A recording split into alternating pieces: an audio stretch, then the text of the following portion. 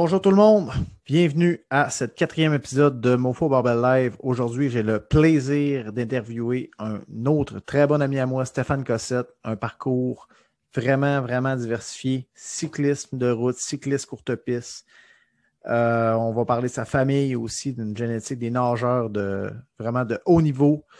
On va parler de son parcours en functional fitness et en CrossFit. Je vous laisse là-dessus sans plus tarder. Voici Stéphane Cossette.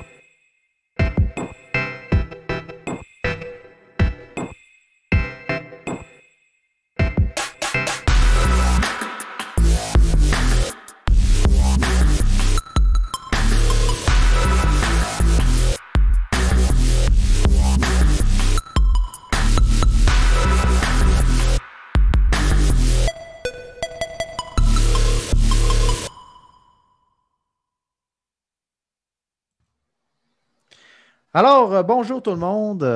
Très heureux aujourd'hui d'être avec mon bon ami Stéphane Cossette. Salut Steph, ça va bien? Salut Joël, ça va bien toi? Ça va très bien. Écoute, c'est une belle opportunité que j'ai de t'interviewer parce que moi et Stéphane, on a été très proches dans à peu près 2012 à 2015, 2013 peut-être. Vraiment. Puis après ça, Steph est déménagé à Québec, donc on s'est toujours gardé de vue, mais là, ça va faire vraiment une bonne opportunité de vivre son trajet parce que j'ai plein de questions pour lui aussi. Puis Steph, quand même, évolué, complètement changé de style de profil d'athlète depuis que je le connais. Fait que ça va vraiment être une entrevue qui devrait être très intéressante. Donc, Steph, je commence par te présenter pour ceux qui ne te connaissent pas. Tu es un athlète. Tu peux me parler un petit peu aussi de. Tu es un athlète, premièrement, on va appeler ça Functional Fitness et Ouais. CrossFit présentement. Ouais. On va dire ça comme ça. Peut-être tantôt la différence entre les deux. Oui, c'est ça. Tantôt, on va revenir là-dessus comme il faut. Tu as un gros background en cyclisme de route et cyclisme courte piste. Puis, tu as aussi fait, tu as touché à d'autres choses un peu, powerlifting, Ironman, tu as vraiment touché à plein d'autres choses. Donc, sérieusement, je sais que moi, je connais un petit peu ton trajet, puis je sais qu'il y a des gens qui vont faire un saut quand ils vont entendre tout ce qu'on a à dire aujourd'hui. J'aimerais ça que, Steph, que tu me parles un petit peu de ton entreprise. Qu'est-ce que tu fais présentement? Oui, ben moi, dans le fond, j'ai un gymnase d'entraînement proche de Québec, dans Saint-Nicolas. C'est une filiale, là. Dans le fond, il y a 6 succursales totales, mais moi, je suis propriétaire seulement à la succursale de Saint-Nicolas. Puis, c'est un gym conventionnel, puis on a une salle de CrossFit, puis c'est comme une CrossFit d'entraînement fonctionnel, j'aimerais dire, là. Puis, ça a un autre nom. Fait que dans le fond, c'est le MaxiFit, mais c'est à l'intérieur du Maxiform.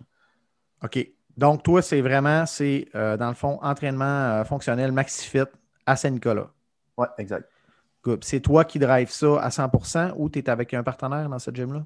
Ben dans le fond, nous, on est plusieurs actionnaires au Maxiform de Saint-Nicolas, mais moi, je suis vraiment en charge de ce qui se passe dans le MaxiFit. L'entraînement fonctionnel c'est toi qui es en charge à 100%. Bon, exact. Super. Excellent. Moi, j'aimerais ça commencer par un fait notable que Stéphane Cossette, quand même, c'est le gars avec les plus gros quads que j'ai vus physiquement de ma vie. Et aussi, par le fait même, le pire bench que j'ai aussi vu de ma vie. C'est quand même un beau contraste quand même. Je vais prendre le compliment. Stéphane, c'est la seule personne que je connais qui a fait un meet de powerlifting, puis que... Est-ce que tu m'entends? Oui. Good. Et ça fait que ça a coupé. Je disais que tu avais un bench de merde. Et ensuite... Ouais, on l'a entendu. Oui, je disais aussi que tu étais un gars... On s'était préparé pour une compétition de powerlifting. 3 mois plus tard, tu m'appelles, bien random. Tu me dis, je me prépare, je m'en vais faire j'ai décidé que je faisais un demi-Ironman et tu l'as fait dans un délai de moins de 3 mois. Ouais. Sérieusement, là, c'est quand même, déjà là, en soi, c'est assez perturbant d'entendre ça. Puis ceux un demi-Ironman, es-tu capable de me dire un petit peu c'est quoi, pour que je dise n'importe quoi? C'est Ouais, la distance de natation, si je ne me trompe pas, c'est 1,6 ou 1,7 km. Après ça, le vélo, c'est bon, déjà là, 90. en partant, 1,6 km en nage, le trois quarts de nous autres meurent. Fait que c'est sûr et certain. Fait que toi, tu t'es dit, bon, je vais aller me tirer dans le lac, me voir ce que ça a donné. Mais tu as Fait que des informations erronées, Joël. Parce que le OK. demi-Ironman, là, je l'ai su 3 jours avant. Oh, shit! Bon, ben, gars, tu vois, je m'étais fait un beau scénario. Ouais, Je non, m'étais dit, c'était vraiment 3 jours d'avant. Moi, j'étais là-bas pour encadrer l'équipe, puis tu sais, juste m'occuper des zones de ravitaillement et tout. Puis 3 jours avant la compétition, ils m'ont dit Hey, fais-le donc. Puis là, j'ai dit ben là, c'est quand même 700$ pour s'inscrire. J'ai pas 700$ à mettre dans le feu. Fait que les autres m'ont dit ben si on te le paye, tu le fais-tu? J'ai dit let's go. Fait que j'ai let's eu go. 3 jours de préparation mentale, puis ça s'est Wow. fait. Mm. Wow. Super. Fait que Puis ça finit avec 21 km de course. 21 km de course. Fait que là, la course, on s'entend. Ben, premièrement, il y a des chances que tu te nailles en partant. 1,6 km. Après ça, vélo, bon, ben là, on s'entend. Ça va être rough, mais tu vas survivre. Combien de distance de vélo? 90. 90 km. Bon, c'est Ouais. ça. Moi, déjà là, je suis mort dans l'eau en partant, fait que je peux même pas me rendre. Mais le vélo, c'est franchement le moins pire des trois, là. Puis la course, c'est ça. La course, là, c'est ce que t'es pas un doux quand t'es rendu là. Ça, c'est Non. T'es surtout sans pas. avoir couru depuis un asti de bout. Toi, Non, tu c'est ça. décides de te clencher ça. 3 jours avant random, tu as fait un meet de powerlift. 3 mois, v'là moins de 3 mois. Fait que t'es zéro en pic pour faire ça. Tu Je te suis pas pédales un petit conditionné pour peu. ça, mais moi, ce que je te dirais, c'est que tu sais, quand tu es en forme générale, rendu là, c'était juste de me préparer mentalement. Je pars toute la journée, faire du sport, puis je finis. Quand la journée est finie, c'est fini, puis merci, bonsoir. Là, tu sais. C'est ça, on ferme les livres. Mais c'est ça. Ouais. Moi, c'est juste pour dire c'était le ton de quel genre de gars on parle, là. C'est qui Stéphane Cossette? Ben, ça, c'est quand même un fait notable, assez notable pour n'importe qui fait du sport dans la vie. Donc, on vient de parler de quand même quelque chose d'extrême. J'aimerais ça, avant qu'on commence, qu'on parle un petit peu de génétique parce que, tu sais, quand j'ai interviewé des athlètes extraordinaires, ben, souvent, ça vient qu'un profil génétique extraordinaire. Tu viens quand même d'une famille de sportifs qui se démarque vraiment de extrême niveau de natation au niveau du Québec, puis même du Canada. Parle-moi un petit peu de ton grand-père ton grand-père de Ouais. son nom, Robert. Robert Cossette, c'est bien ça? Ouais. Ouais. Un nageur d'exception. Parle-moi un petit peu de son parcours. Ouais. Dans le fond, mon grand-père, lui, il a commencé la natation là, dans les années 50, je te dirais, quand le sport, c'était même pas un sport. Là. Dans le fond, nager, puis les techniques étaient complètement différentes. Lui, dans le fond, il était handicapé d'une jambe, il avait la poliomyélite. Fait que c'était sa seule façon un peu de se revaloriser dans le sport parce que tu vas jouer au soccer, tu vas courir, n'importe quoi, mais t'es tout le temps lui qui traîne la patte. Fait que c'est mis à nager, à s'entraîner pour ça. Puis après ça, c'est comme si c'était des objectifs que personne n'avait fait avant. Fait que les premières exploits qu'il a faites, là, je ne sais pas dans le temps là, si c'était le Saguenay ou le lac en premier qu'il a fait, mais je sais qu'il a fait dans sa carrière 25 fois la descente du Saguenay. Fait que c'est Chicoutimi à Bagotville. C'est une distance de 42 km. Bonne Il l'a fait ride, bonne tri. 25 fois. Puis la dernière fois qu'il l'a fait, il l'a fait à 75 ans. Puis Hey, j'ai eu la chance d'être sur le tabarnak. bateau avec lui. Là, fait que, ben, pas lui, il était dans l'eau, mais moi, j'étais sur le bateau. Mais j'ai eu la chance d'assister à ça. Fait que ça, c'était vraiment un gros moment. Puis il a fait aussi là, le lac Saint-Jean dans les mêmes années. Là, je ne me rappelle plus si c'est quelques années avant ou quelques années après. Mais ouais, il avait fait le lac Saint-Jean aussi là, dans ces années-là. Wow. Ouais. Ça, déjà là, ton grand-père, ça a seté le ton pour la famille. Ta mère, qui a un Ouais. parcours exceptionnel aussi en natation. Parle-moi des exploits de ta mère aussi, s'il vous plaît. Ouais, ben ma mère, dans le fond, je te dirais que c'est la personne que j'admire le plus au niveau athlétique parce qu'elle était vraiment en avance sur son temps dans les années qu'elle était là. Elle était vraiment dominante sur le circuit mondial. Là. Elle a gagné quelques années de suite là, le circuit de Coupe du Monde là, de natation longue distance. Puis, elle finissait sur le podium avec les hommes. Là.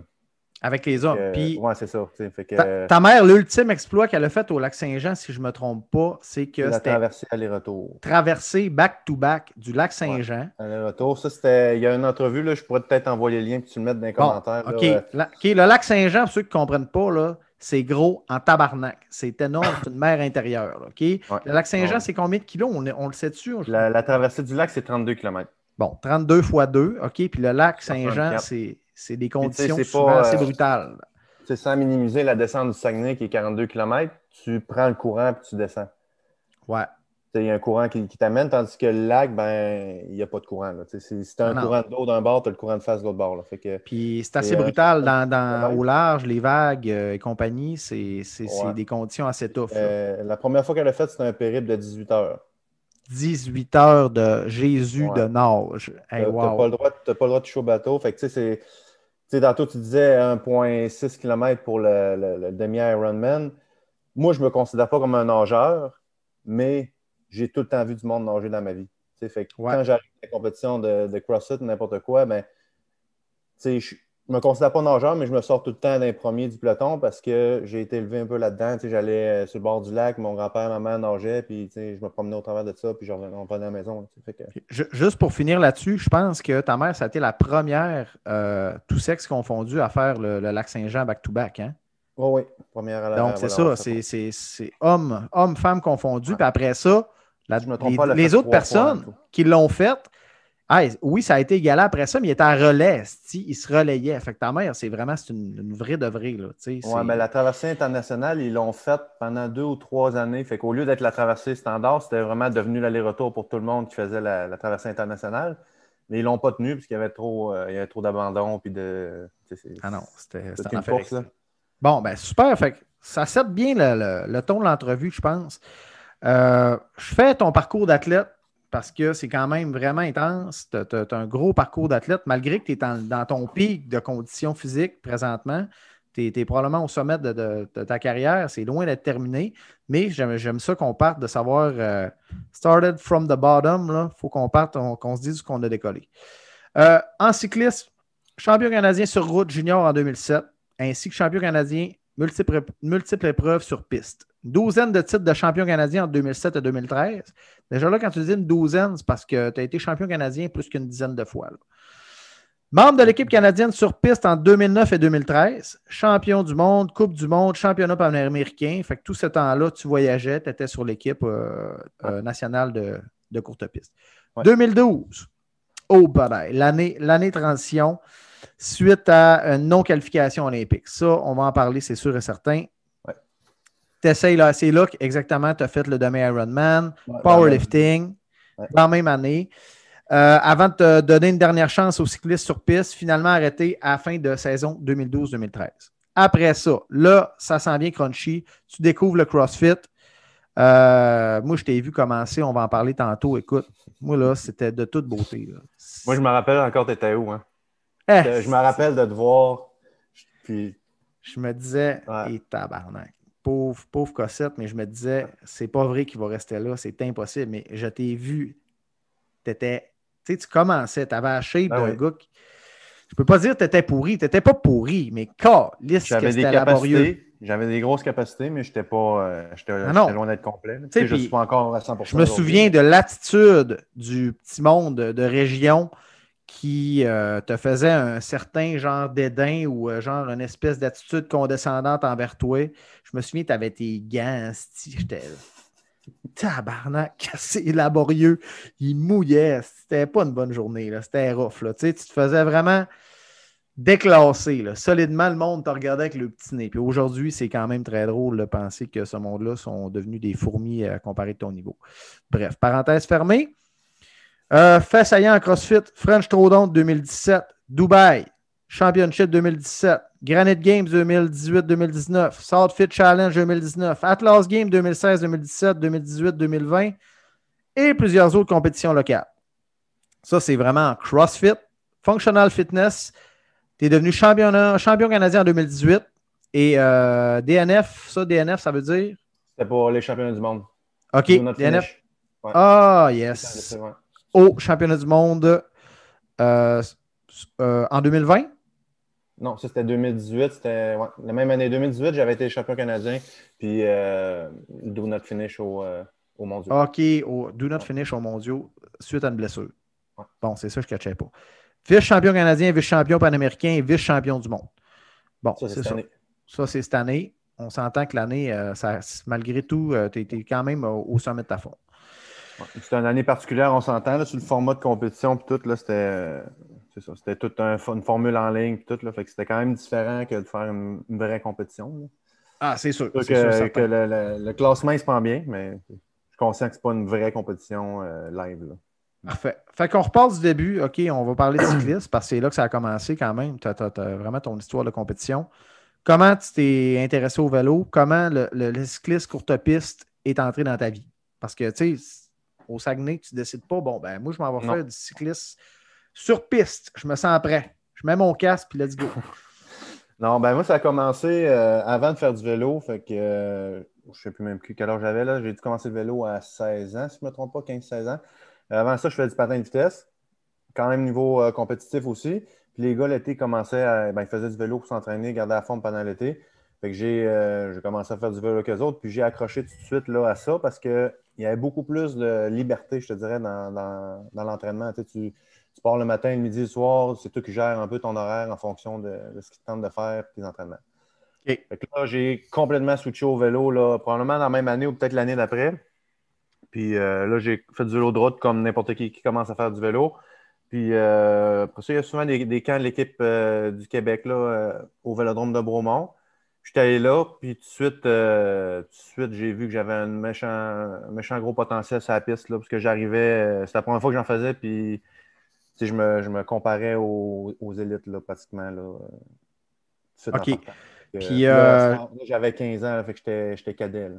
OK, tu Il y avait étais les cadet, fait que juniors, puis il y c'était avait les très tôt. seniors en haut. Là. Ouais, c'est ça. Fait qu'ils font vraiment, vraiment des tests avec les meilleurs athlètes, ceux qui veulent aller essayer. Bon, ben garde, viens essayer, on va regarder, voir qu'est-ce que tu peux faire sur une piste. Ouais, c'est juste une façon de s'entraîner. Il y en a qui ne vont jamais percer sa piste, mais ça reste quand même une belle façon de s'entraîner pour aller chercher plus de vitesse puis plus d'accélération pour ton cycliste sur route. Là, OK, good. C'est un beau complément aussi. Mais ça a pris quand même plusieurs années, je te dis, avant de faire le switch.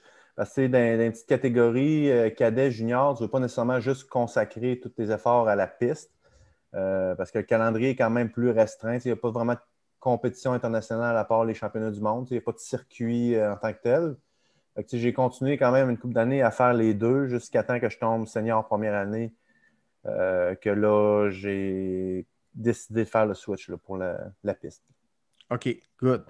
Fait que quand tu es tombé vraiment sur piste, là, on parle de quelle année? On était 2000? Ben, senior, c'est 2019, fait qu'enlève, d'après moi, c'était 2008.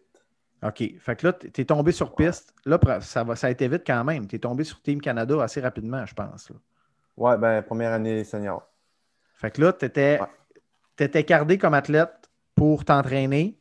Ouais. Donc là, tu dédiais, ton entraînement était dédié 100% à l'entraînement à piste.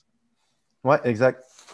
Exact. Puis en plus, nous autres, là, le désavantage qu'on a comme Canadiens, c'est qu'il y avait. Ben là, maintenant, il y en a. Là, ils en ont construit une à Hamilton, puis elle de Bromont sont en train de la mettre intérieure, mais dans le temps, il n'y avait pas de piste intérieure au Canada.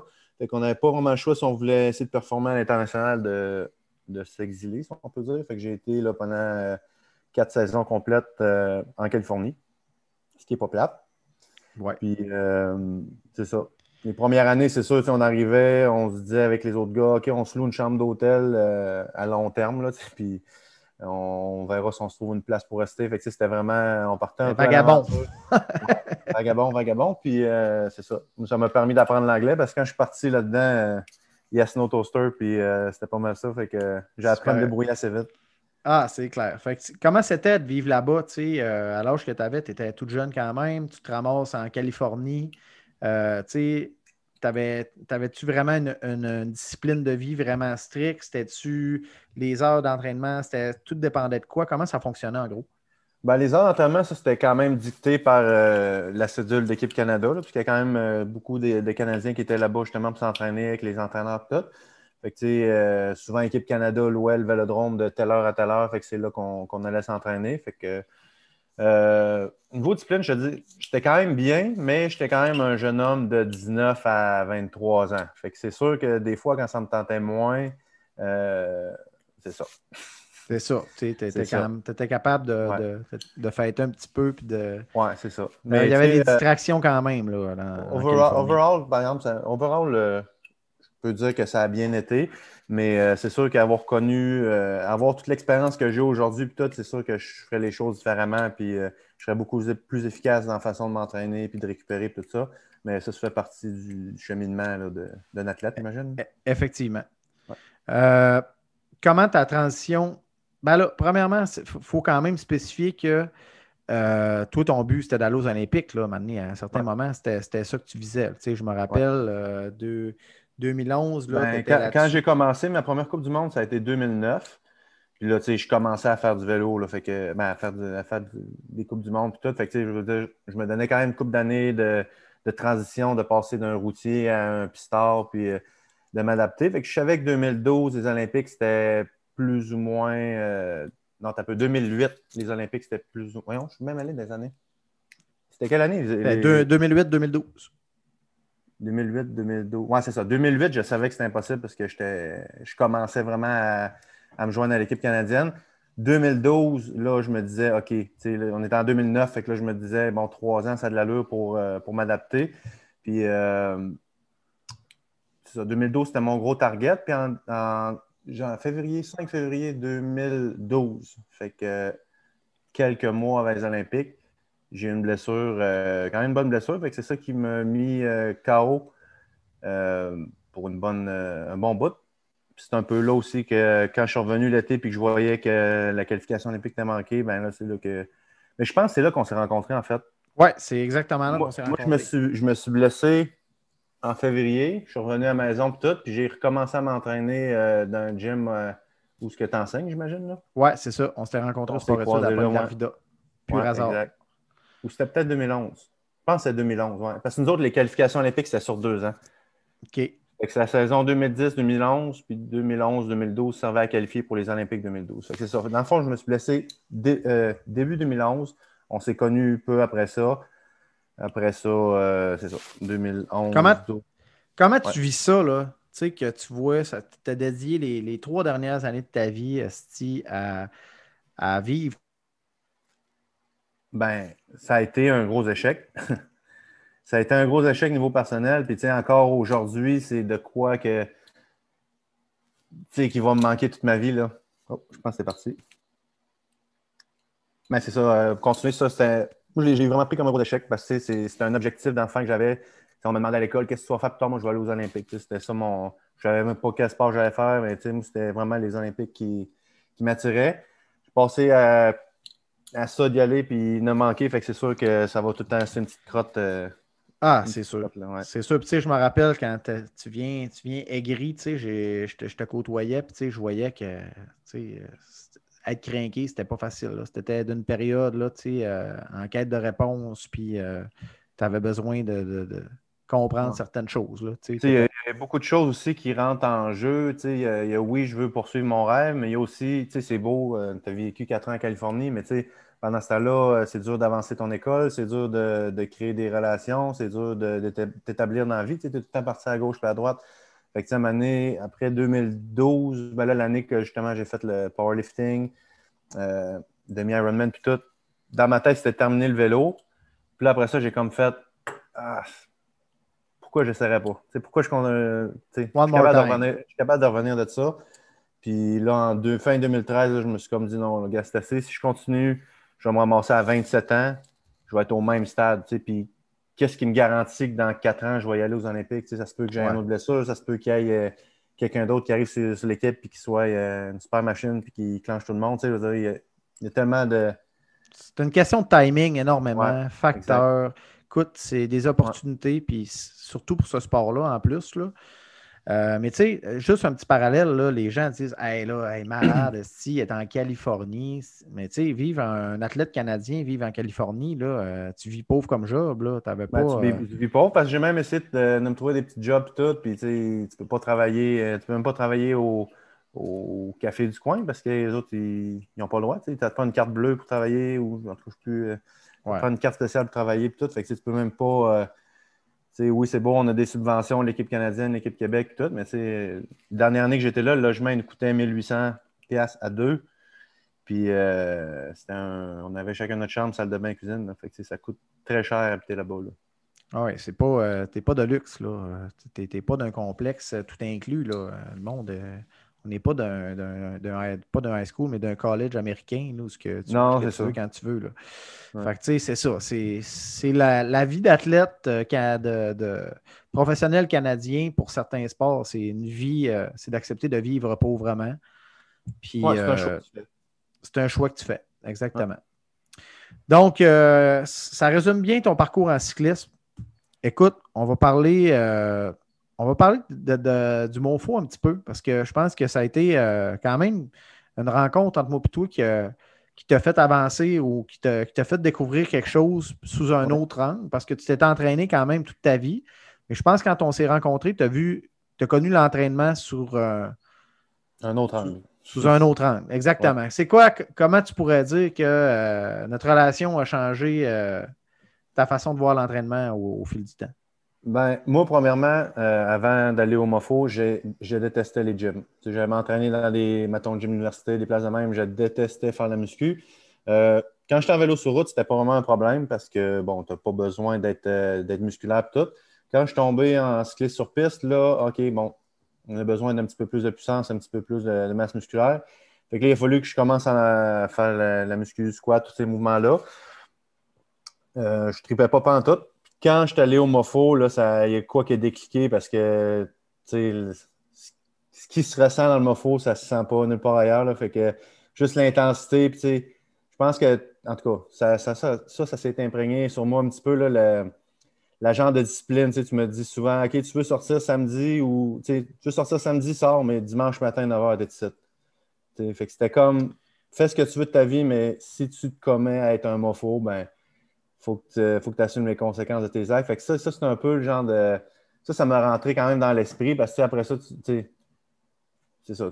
Tu as eu une mauvaise semaine, peu importe, ben, gars, samedi matin, 9h, tu es au gym, tu fais tes affaires, puis tu grindes. Là, C'est ça. Ça a été. Ben, c'est une bonne affaire, sérieusement. Puis une autre affaire que. Ouais, puis une autre affaire que ça m'a vraiment aidé aussi, c'est l'humilité. Parce que ça, dans le fond, c'est difficile pour le monde de comprendre si tu n'es jamais vraiment allé dans un gym de powerlifting. Mais tu sais, moi, mettons, je faisais du squat avec les gars de l'équipe, puis là, je faisais, mettons, 300 livres. Puis c'est, ah, t'es donc bien fort, t'es donc bien fort. Puis là, c'est comme, ah ouais, je suis fort, puis là, tu te promènes, puis tu te penses cool. Après ça, tu arrives au MOFO, puis les filles font ça, puis là, tu fais comme, oups, OK, c'est un autre game. Ah oui, c'est une bonne game. Un bon. T'apprends justement à stepper up ta game, puis tu sais, quand tous les gars sont à 450, 500 livres, tu t'assis, là, quand tu fais un petit 400, ben relax, là, tu sais. Ben, ça monte ton standard, tu sais. Toi, c'est ça Ouais, que ça ben a exact, fait. c'est ça. Ça monte ton standard. Toi, un athlète comme toi, tu sais, t'es arrivé, t'étais là, tabarnak, c'est qui se passe ici, là, tu sais. Ouais. Là, après ça, boum, c'est tout. Monter au level supérieur, ça n'a pas Les été claques long. d'en face, puis ouais. Ah, il faut ce qu'il faut, écoute. Mais tu sais, c'était le fun de voir ça parce que pour le peu de temps que tu t'es entraîné en powerlifting, ça a été quand même, Christman, une progression impressionnante. Tu avais un beau potentiel. Puis, tu sais, hasardeusement, les choses ont fait que tu as commencé à t'intéresser. Ben, pas hasardeusement. Les choses ont fait que tu as commencé à te diriger vers le CrossFit, tu as ouvert ton petit gym. Tu as commencé à rouler ta bosse dans le coin un petit peu plus loin de Québec, c'est Saint-Flavien. Ouais. Écoute, tu as commencé vraiment humblement, exactement comme moi, dans un garage miteux, esti, fait fret l'hiver, pas une scène, mais esti, le cœur est là. Tu mettais tout ton cœur là-dedans, puis les clients que tu avais étaient bien reconnaissants. Je ne suis même pas inquiète qu'il y en a qui te suivent encore. Oh oui. Fait que tu sais, ça a commencé comme ça, puis tu sais, je te voyais faire du CrossFit, là, cette compétition-là que je me rappelle que j'étais allé te voir. J'étais là, tabarnak, que c'est tough. C'était tough. Je forçais pour toi. Là, mais moi, c'est ça qui m'a accroché tout de suite au CrossFit parce que tu finis, tu as 23 ans, tu es sur l'équipe canadienne, tu t'en vas. Tu es comment? J'étais un athlète, j'étais au top. Puis là, tu vas faire un petit cours de CrossFit de même par hasard. Puis là, oh, pédale. Tu te fais sacrer une volée par tout le monde qui n'ont pas l'air nécessairement d'être des athlètes. Là, tu fais comme, OK, il y a de quoi qui se passe ici. Fait que, moi, ça m'a piqué l'orgueil en partant. Je me suis dit, OK, il y a de quoi.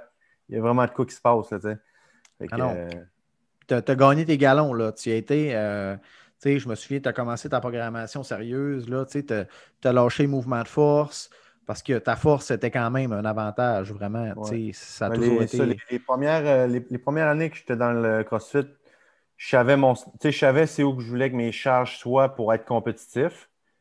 Mais à un moment donné, comme là, en ce moment, là, la force, j'en fais pas pantoute parce que je sais que je suis dans le game, fait que je focus vraiment sur améliorer mes faiblesses. Là, c'est ça. Puis, anyway, tu peux maintenir en faisant un strict minimum, puis ton niveau de exact. force va rester d'un level quand même très respectable, puis ça va toujours rester ta force anyway.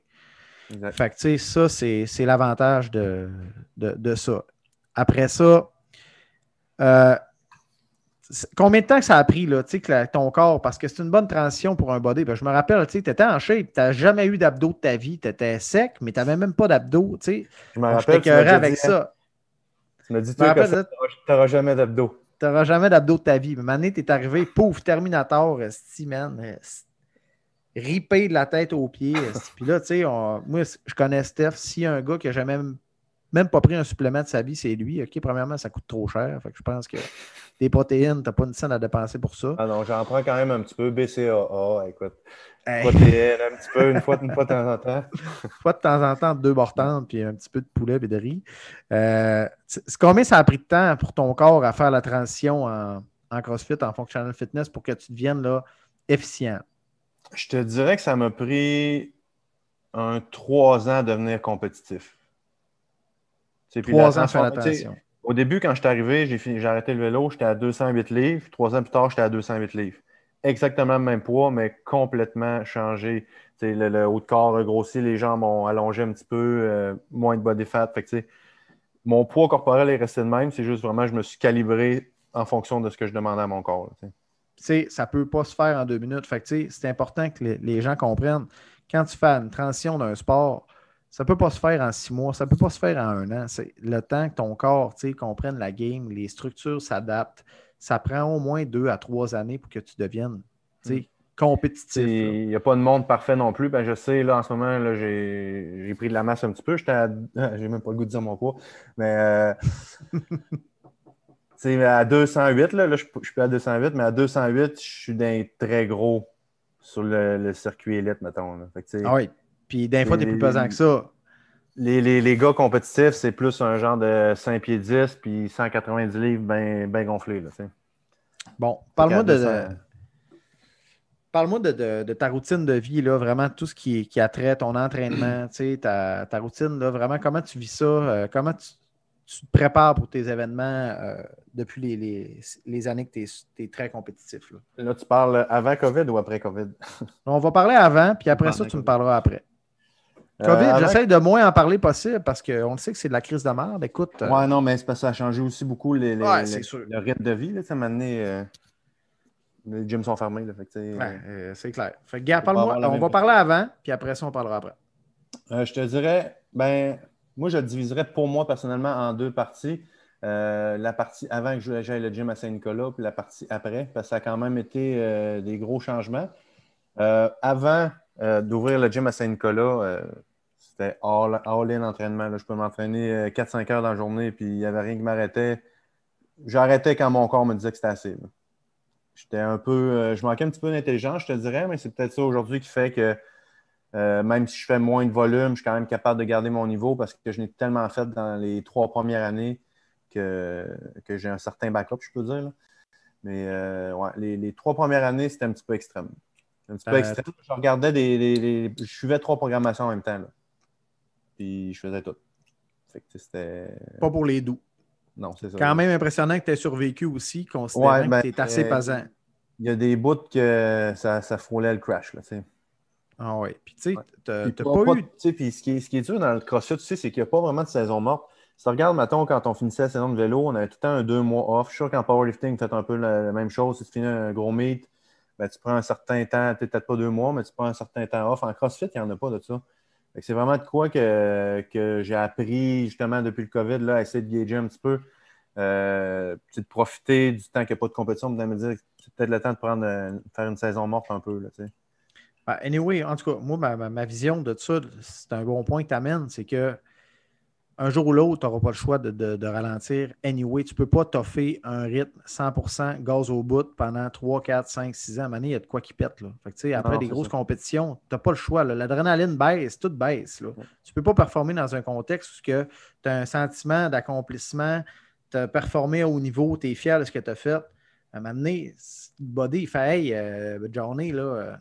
Slack le gaz, là, parce que moi, ça ne suit plus. Là. Mais ça, je réalise depuis peut-être les deux dernières années, parce qu'avant ça, je revenais d'une grosse compétition, puis le lendemain, je recommençais à bouger. Là, ah oui, c'est clair. Je ne dis pas qu'il y en a qui ne le font pas, il y en a qui sont capables de le faire. Non, c'est ça, mais un jour ou l'autre, tu es mis au pied du mur. Tu es là, Puis ça dépend aussi de l'âge. C'est sûr que début vingtaine versus fin vingtaine, début trentaine, c'est un autre bobite aussi, là. Mais moi, je te dirais que le moment que j'ai commencé à ralentir, c'est quand j'ai ouvert le deuxième gym à Saint-Nicolas. Parce que là, veux pas, tu as beaucoup plus de stress externe. C'est une nouvelle business. ouais. Puis c'est pas un petit gym de campagne.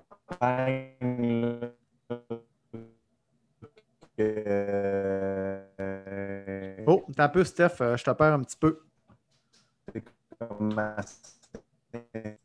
C'est parti. Ça vient de reprendre. Bon. Fait que c'est ça, quand j'ai ouvert le deuxième gym, c'est que tu as beaucoup plus de responsabilités. Fait que c'est là un petit peu que j'ai essayé de garder mon rythme d'entraînement, fait que m'entraîner 2, 3 fois par jour, d'avoir la nouvelle business, le nouveau stress, déménager un appartement, tout ça. Fait que, à un moment donné, j'ai pas eu le choix de me rendre compte qu'il fallait que je coupe à quelque part un petit peu. Fait que c'est les sessions d'entraînement, il a fallu que je baisse mon nombre d'heures que je pouvais faire d'une journée. Puis il a aussi fallu, en diminuant le nombre d'heures, il faut que tu y ailles un petit peu plus intelligent si tu veux avoir le même résultat. Là, ah, c'est sûr et certain. Puis, tu sais, le stress professionnel, c'est un stress qui est très connu, causé de l'anxiété. Décoller une entreprise, le stress financier, on s'entend que quand tu es fringant comme une rose, tu n'as pas connu aucun de ces stress-là dans le début vingtaine, puis là, tu vis ça, c'est sûr que ça change le jeu de cartes un peu. Là. Ça change la donne. Ça prend un Donc, petit temps de se réadapter, mais c'est juste d'être plus intelligent dans ce qu'on fait puis mieux gérer notre énergie. Là. exactement. Puis tu as toujours été un athlète qui s'est toujours quand même très bien dosé. Même si tu as eu des excès, je pense que tu as tout le temps été capable de flirter avec la ligne, dire OK, là, je pense que aujourd'hui, je brille, puis c'est pas grave. Demain, je redécolle, c'est parti. Là. Oui, puis ça, je pense que toi aussi, en tant qu'athlète, plus on vieillit, plus justement, tu apprends à connaître ton corps, puis tu sais si c'est un mal que tu es capable de continuer, puis que c'est pas grave, ou tu sais si c'est pas normal, puis qu'aujourd'hui, c'est assez, ça marche pas. Là, fait que ça, Exactement. c'est l'expérience, puis tu n'as pas le choix de t'écouter parce que sinon, à un moment donné, c'est juste ton corps qui dit c'est assez. Puis, Terminos, ça pète, c'est ça. Ah non, been there, done that. On apprend la dure des fois, mais c'est ça, tu sais, c'est la chance des gens qu'on coach, je pense, c'est de leur dire hey, là, je pense que paye sa pédale un peu, paye sur le gaz un petit peu, paye sur le break un petit peu, tu sais, il faut être capable de leur dire quand c'est le temps d'arrêter, c'est autant important que quand c'est le temps de pousser, oui. tu sais. Mm. Les deux ont leur importance, là. Puis, tu sais, il y a beaucoup de monde qui compétitionne à haut niveau qui aiment ça, sentir que l'entraînement leur procure de la douleur ou qui se sentent débattis, sinon ils ne sont pas satisfaits. Ben ça, c'est un autre problème. C'est Surtout pas en tout le... CrossFit, je te dirais, il y a beaucoup de Ah monde, ouais, il faut que ça finisse, puis on se décalisse, mais c'est c'est pas ça. tout le temps, t'es pas tout le temps obligé de te rendre là, pour que ça soit efficace. Ah non, tu sais, maintenant, je fais tout le temps la métaphore. Si tu veux qu'on te décalisse, on va te fesser avec un bat de baseball. Puis, tu sais, ça va faire aussi. Là, c'est pas tout le temps intelligent de se décalisser. Là.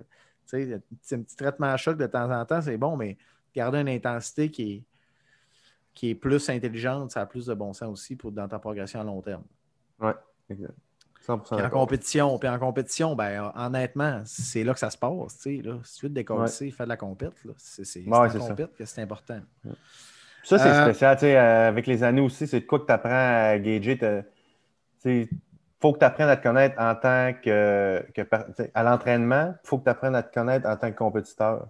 Ça, c'est quoi qui m'a pris quand même longtemps à apprendre comment que je réagissais et tout. Fait que, à l'entraînement, je vais être à 80-85% de ma capacité. Puis je sais que c'est correct maintenant, mais il y a un bout que tu es comme mon Dieu, je ne dors même pas, je suis pas de niveau, Ouais. je suis pas ci, je suis pas ça, puis là, tu essaies tout le temps, puis là, tu te ramasses que tu te brûles parce que tu te mets d'un genre d'atmosphère de compétition à chaque entraînement, mais il ne faut pas parce que mais c'est ça. Ça, c'est de quoi qui est vraiment qui est dur à gager quand on est plus jeune. C'est ça. Puis je pense que là, au niveau que tu es rendu, puis je pense qu'il y a beaucoup d'athlètes en CrossFit de haut niveau qui s'entraînent tout seuls aussi, justement, pour éviter de tout le temps être challengé, ouais.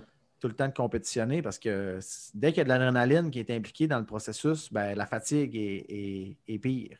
Ouais. Fait que c'est sûr que, même si je prends en powerlifting, il y a énormément d'athlètes de haut niveau qui s'entraînent tout seuls dans leur garage parce qu'ils ne veulent pas, tu t'entraînes tout le temps sur le même pace, là. quand tu arrives en compète, ben là, il y a un asti de boost. Là. Ouais. Fait que, Mais c'est ça, je pense que c'est important pour n'importe quel athlète dans n'importe quel sport individuel de. Tu sais, oui, tu veux maintenir ton niveau d'entraînement, mais une fois de temps en temps, de sortir, aller trouver quelqu'un, un autre partner ouais, pour justement te tester. Je suis dans le game ou tu sais, ça, faut que ça sorte de absolument. ça. Absolument. Comme Mais moi, je pas trouve. tous les jours. Ça, c'est Comme un- moi, je suis habitué de m'entraîner à être tout le temps avec du monde, que des fois, ça me fait vraiment du bien de me retrouver tout seul, de dire, OK, bon, ben là, ces deux entraînements-là, je fais ça tout seul, pas un son. Le son du néon qui cille, puis je fais mes affaires, puis je m'en vais chez nous après, tu sais, sans aucune émotion, sans aucune emotional arousal, là, si je peux dire. Euh, Parle-moi de nutrition. C'est quoi vraiment ta routine de nutrition? Combien tu manges de calories par jour? Ça ressemble à quoi la bouffe d'un athlète de CrossFit de ton niveau? Les calories, je les track pas. Je mange vraiment à ma faim, je te dirais. Je sais que je mange pas assez. Ça, c'est de quoi il faut que je travaille. J'ai tendance à skipper des repas quand. Tu sais, si je me parle pas, là, je me laisse aller, j'ai tendance à skipper des repas assez facilement. Fait que ça, c'est de quoi qu'il faut que. Tu sais, là, je le fais bien en ce moment, là, mais il faut que je fasse attention. Mais tu sais, moi, ma philosophie, que ce soit avec la nourriture, avec l'alcool, cette affaire-là, c'est vraiment faut que je me trouve un pace que je suis capable de garder pendant les 10 prochaines années, les 15 prochaines années, 20 prochaines années. C'est un peu ça que je dis aussi quand je coach du monde. Des fois, du monde qui arrive, ils n'ont jamais fait de gym, ils rentrent, ils veulent venir 5 fois dans la semaine. Calme-toi. Donne-toi donne-toi de quoi que tu es capable de maintenir. Puis si tu vois qu'après 2, 3, 4 mois, ça va bien, ben rajoute un petit peu. Mais moi, c'est un peu de même que je vois l'entraînement, la nutrition, toutes ces affaires-là. Fait que, je ne suis pas super strict sur ma diète. Je fais attention. Eat clean, puis, mais tu sais, euh, là, c'est sûr qu'on n'a plus le droit, là, mais souper entre amis, je ne vais pas me priver d'aller à un souper entre amis parce que je fais attention à ma diète. Je ne vais pas me retenir de prendre une petite coupe de vin avec mes amis parce que je fais attention à ma diète. C'est sûr que si tu me dis que tu as une compétition dans un mois, là, je vais être plus strict. Mais si je veux toffer mon style de vie le plus longtemps possible, je m'en permets là, quand même. Tu es Quand, un quand je gars avec une belle équilibre. Je pense que Ouais, j'essaie le plus possible, là. ça a toujours été ça, ta Parce que sinon, personnalité aussi. moi tu sais, dans mon livre à moi, c'est que si tu retiens, tu retiens, tu retiens, quand ça va péter, ça va péter. Là. Exactement. Tu vas Tu sais, faire les plus feux de de paille, on dommages. en a tous commencé, on en a tous vu du monde, tu sais, qui sont doux hors d'ail pendant 2 ans de leur vie. Pouf, c'est fini, Ouais. tu sais. Je suis même pas inquiète que tu en as déjà vu passer Ah beaucoup oui. des athlètes, tu Ouais, des sais. compétiteurs, des gens qu'on entraîne, n'importe quoi. C'est pour Ah, ça lui que la était bon, ah, lui constance, était c'est. bon, Ouais, fini, il a pété aux frettes, tu sais. C'est ouais. que, effectivement, c'est quelque chose qui. Trouver un équilibre, puis d'avoir quelque chose qu'on est capable de tenir dans le temps.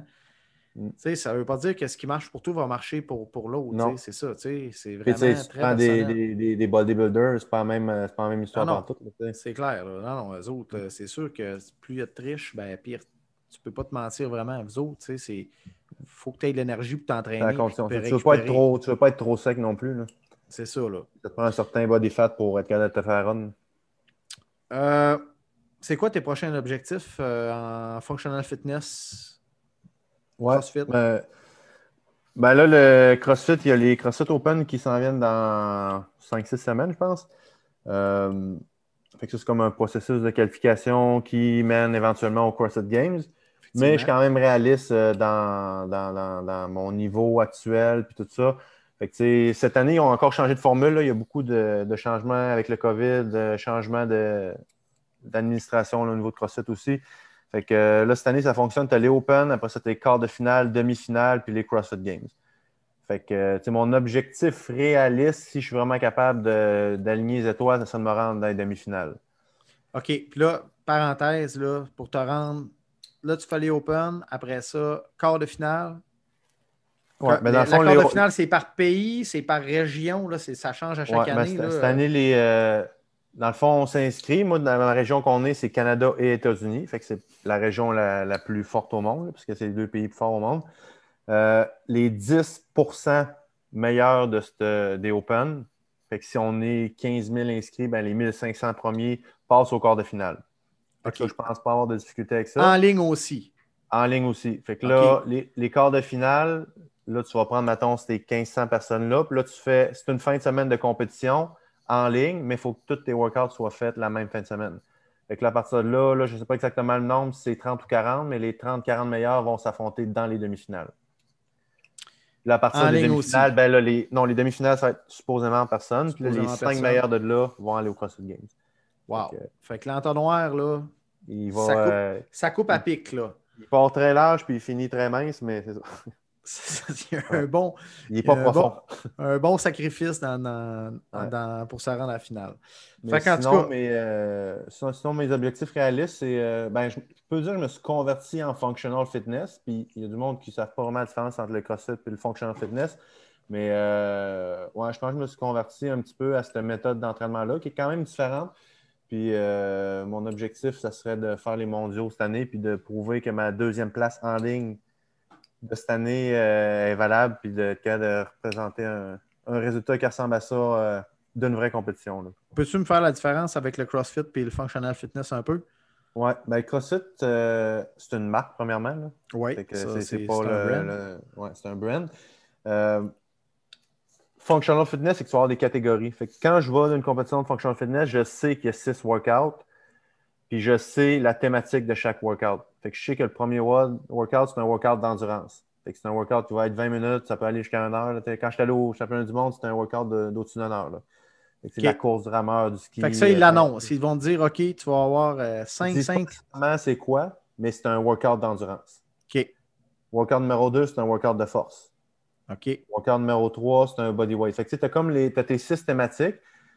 Puis si tu regardes dans ces 6 workouts-là, il y a juste 2 workouts qui ressemblent à du CrossFit, si on peut dire.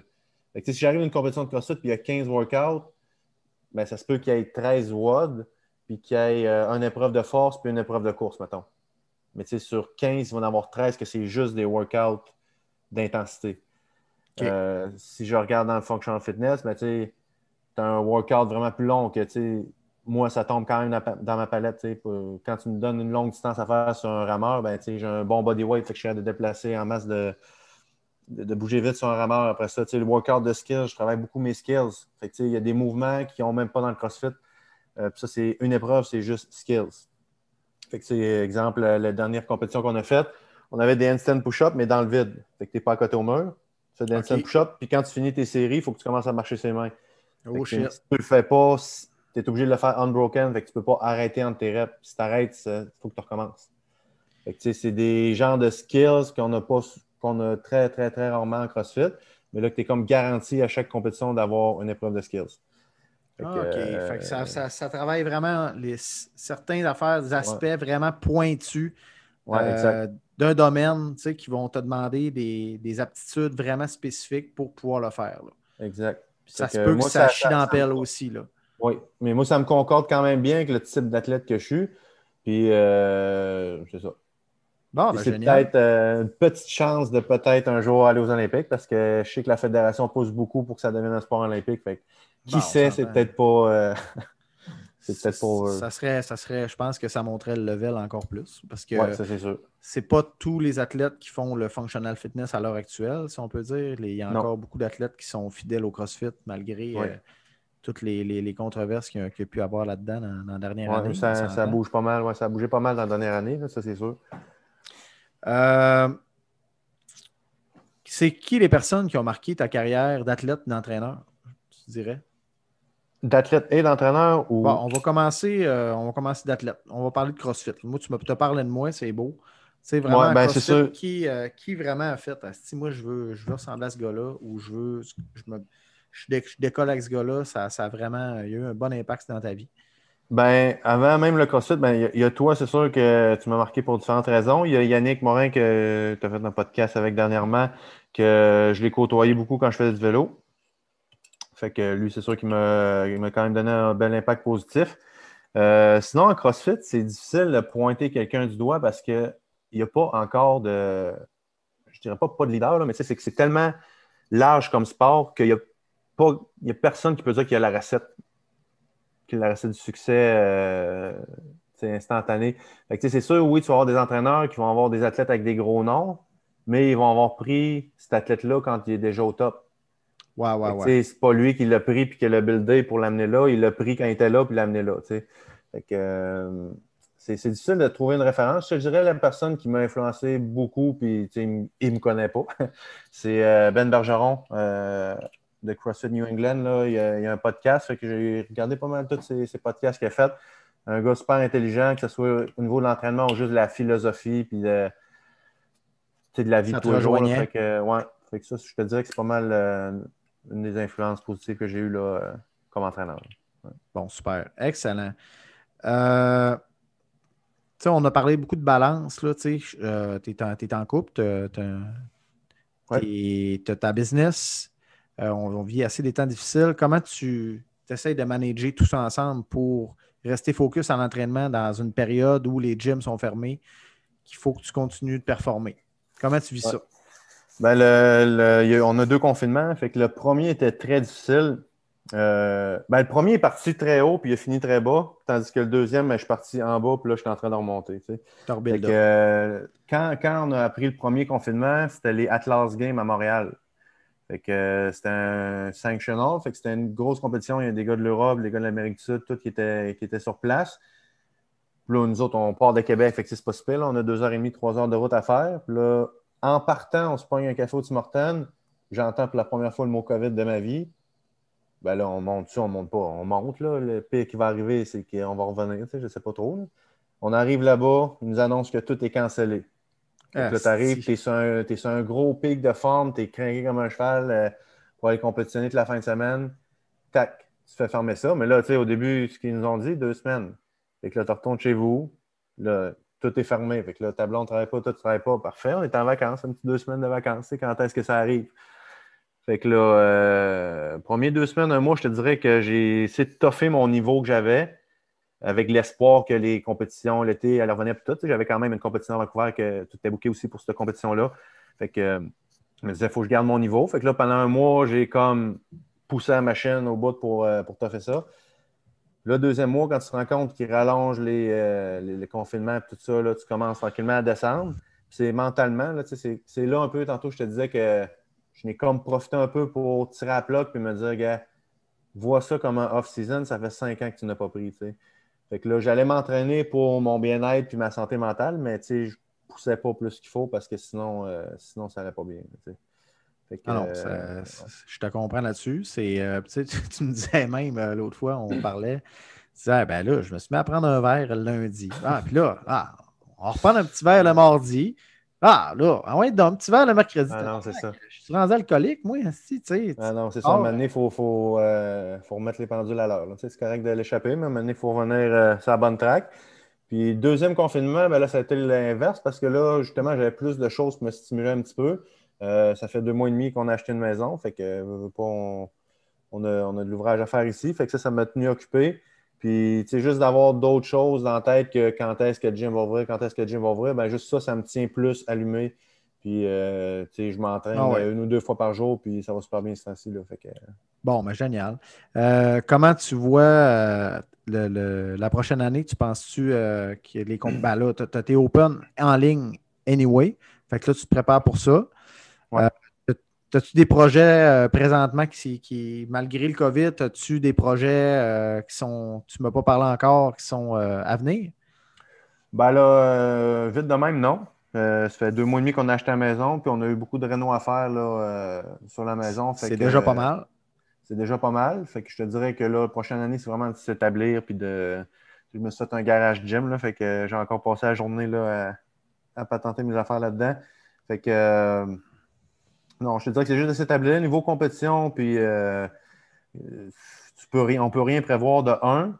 De 2, ben, mon objectif, c'est juste de tenir un gros niveau de forme. Puis s'il y a une compétition qui ouvre, puis que je me classe, puis que ben, là, on va ramper up un petit peu pour cette compétition-là. Mais là, j'essaie juste de tenir un niveau à 80-85%. Puis s'il y a une compétition qui se pointe, ben, on va essayer de monter ça à 95-100%. Bon, ben génial, man. Steph, écoute, ça fait le tour. Je pense qu'on a vraiment fait un bon tour de ta carrière. On a parlé de vraiment ce qui est important.